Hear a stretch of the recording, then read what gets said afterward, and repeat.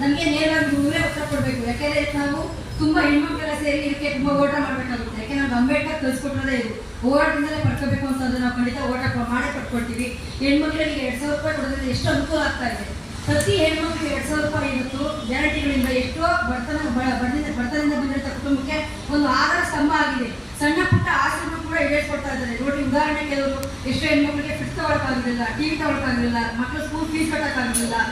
ಇಂಥ ಹಲವಾರು ಉದ್ದೇಶಗಳಿಗೆ, ಒಳ್ಳೆ ಉದ್ದೇಶಗಳಿಗೆ 2000 ರೂಪಾಯಿ ಬಳಸ್ಕೊಡ್ತಾ ಇದ್ದಾರೆ. ಇಂಥ ಒಂದು ಒಳ್ಳೆ ಉದ್ದೇಶ ಇರುವಂಥ ಒಂದು ತಂದಿರೋಂಥ ಸರ್ಕಾರ ಒಂದು 5 ಗ್ಯಾರಂಟಿ ಏನಿದೆ, ಬಡವರ ಪರವಾಗಿದೆ, ಬಡವರ ಧ್ವನಿಯಾಗಿದೆ, ಬಡವರಿಗೆ ಒಂದು ಒಳ್ಳೆ ಉದ್ದೇಶವಾಗಿ ಮೇಲೆ ತರಬೇಕೋ ಉದ್ದೇಶದಿಂದ ಮಾಡಿದ್ದಾರೆ. ಹಾಗಾಗಿ ಈ ಕೈಲಾದ ಮೈಪಡಿಸ್ಕೊಳ್ಳೋ ರೀತಿ ಕುಮಾರಸ್ವಾಮಿ ಅವರು ಆಡ್ತಾ ಇದ್ದು, ಇವರು ನಿಜ ಅವರಿಗೆ ಕಾರಣ ಅನಿಸುತ್ತೆ ಈ ಮಾತು.